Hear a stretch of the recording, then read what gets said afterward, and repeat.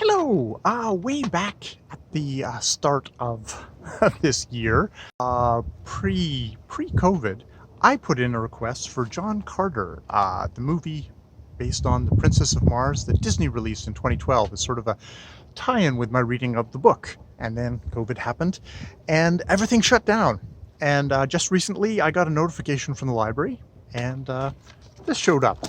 John Carter of Mars, and I watched it, so I figured I'd give my impressions now that I am 5 books into the Barsoomian series by Edgar Rice Burroughs. I give a reaction to the what was ultimately the commercial failure that was John Carter of Mars, a 2012 film directed by Andrew Stanton. Andrew Stanton, big animation director and writer for such movies as like WALL-E and Monsters Inc.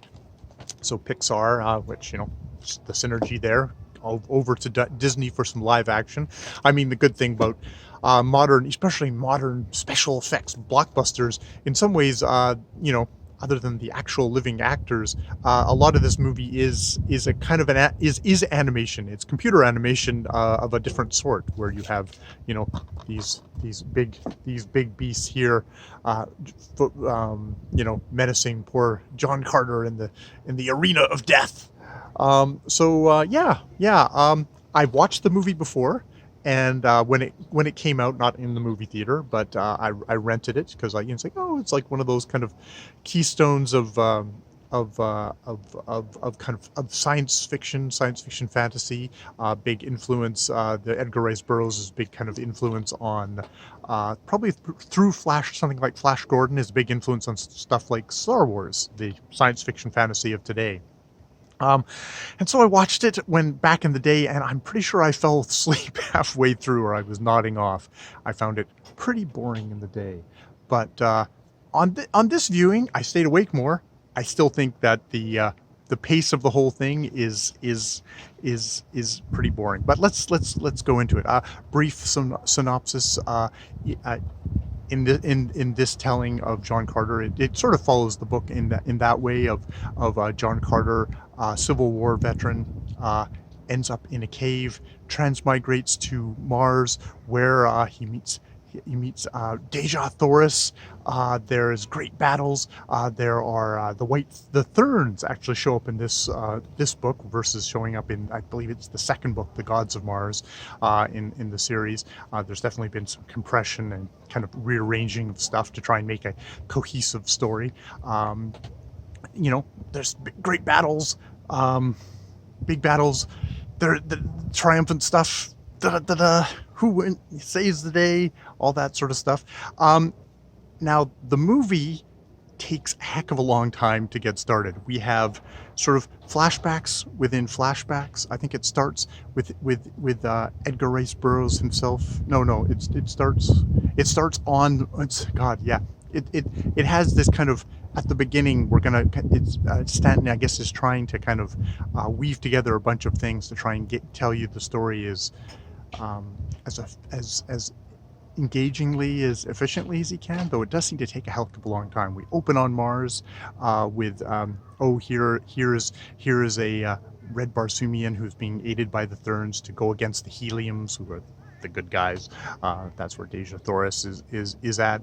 The Therns have armed this guy with some kind of big blaster weapon to take out his stuff. So we get that, and then we skip to the Earth into like the 1880s, where John Carter seems to be being followed, and he sends a telegram to his nephew Ned, which turns out to be Edgar Rice Burroughs, because in the frame story, of course, we have Edgar Rice Burroughs is the part of the frame story as a character who's then going to tell the story of John Carter of Mars.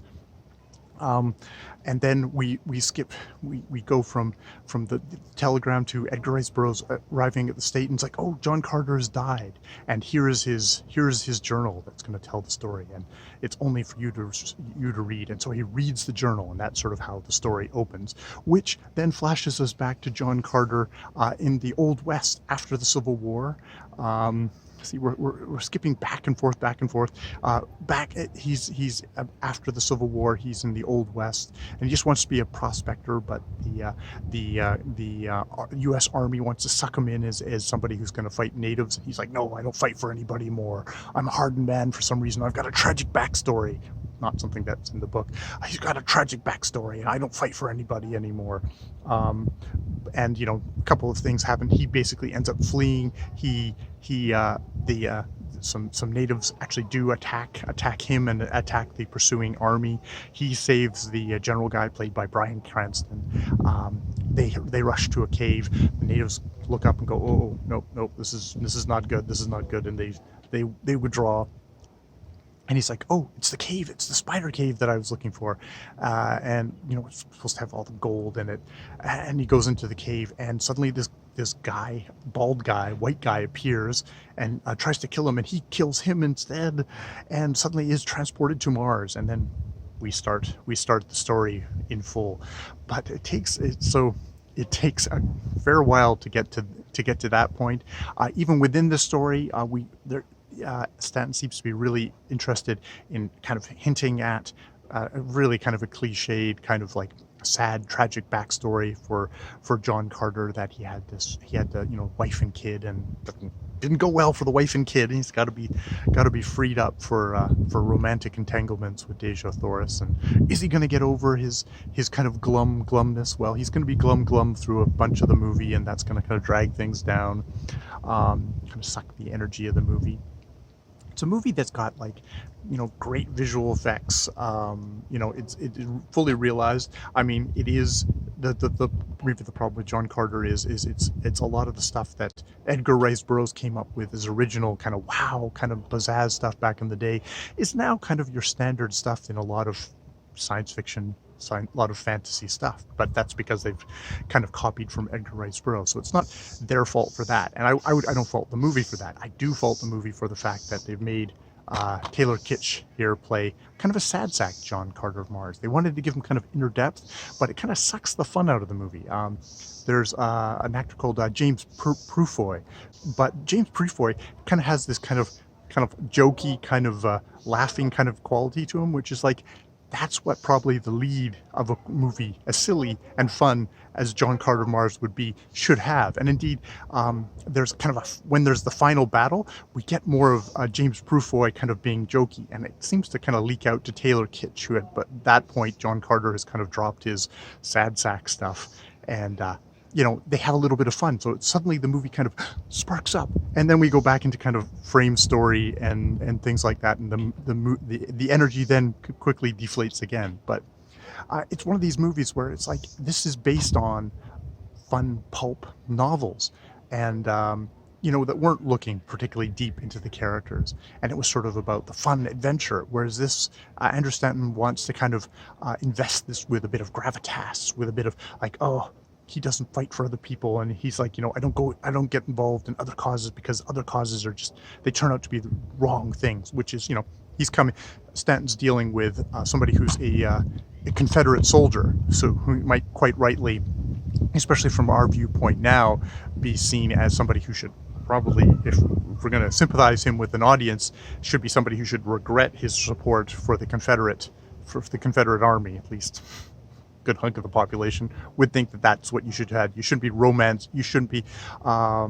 doing kind of a romance of the Confederate side, the lost cause, which is what Edgar Rice Burroughs was doing, so he was able to have a character that wasn't reflective, that was just like, adventure, martial spirit, fun, adventure. Andrew Stanton, I guess understandably, has tried to make John Carter here much more kind of diffident and kind of glum, sad, giving him a sad backstory with with the family, which unfortunately, while I can see why he did that, and it's for like good purposes, for good kind of like moral reasoning, if you're going to have a Confederate soldier at the heart of as the hero at the heart of your family friendly Disney franchise, I can see why they did that, but it unfortunately also sucked it sucked a lot of the energy out of the film, which is a thing like this, I think, lives and dies on its energy.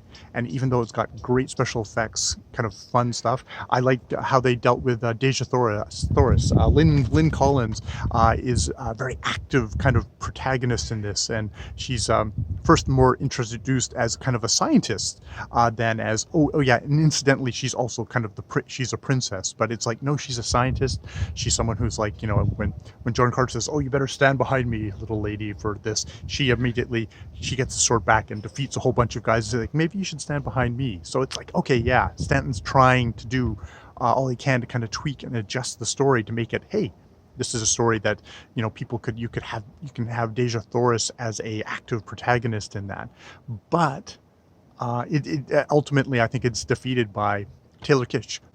You know, I think he's a fine actor, but his character is the energy suck at the center of this movie. How his character is structured. So, you know, ultimately it was interesting, especially interesting to contrast it to to Edgar Rice Burroughs' original work and why that one did work, and maybe the morally reprehensible reasons why that one worked, of the kind of the romance of the lost cause of the Confederate soldier at the center. Even though I will argue that Edgar Rice Burroughs spends a lot of time with his heroes ending up freeing slaves and stuff like that on Barsoom, on Mars.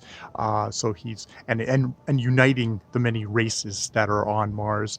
You know, trying to kind of have a positive message. You know, it's also that sort of dealing with the whole thing of slavery. He with that, Stanton, you know, not touching slavery. No one mentions slaves in John Carter here, but trying to make the character more complex, trying to make the character more sympathetic.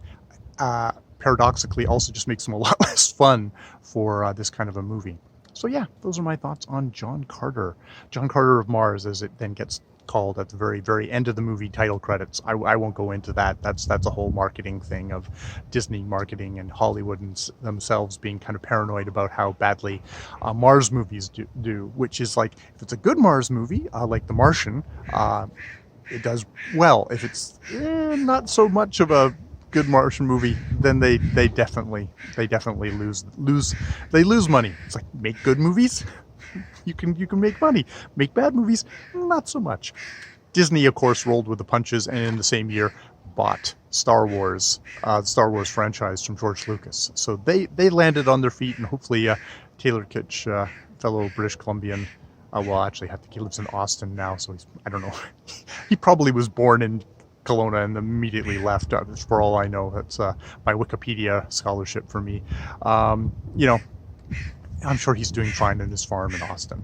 Okay, more videos later.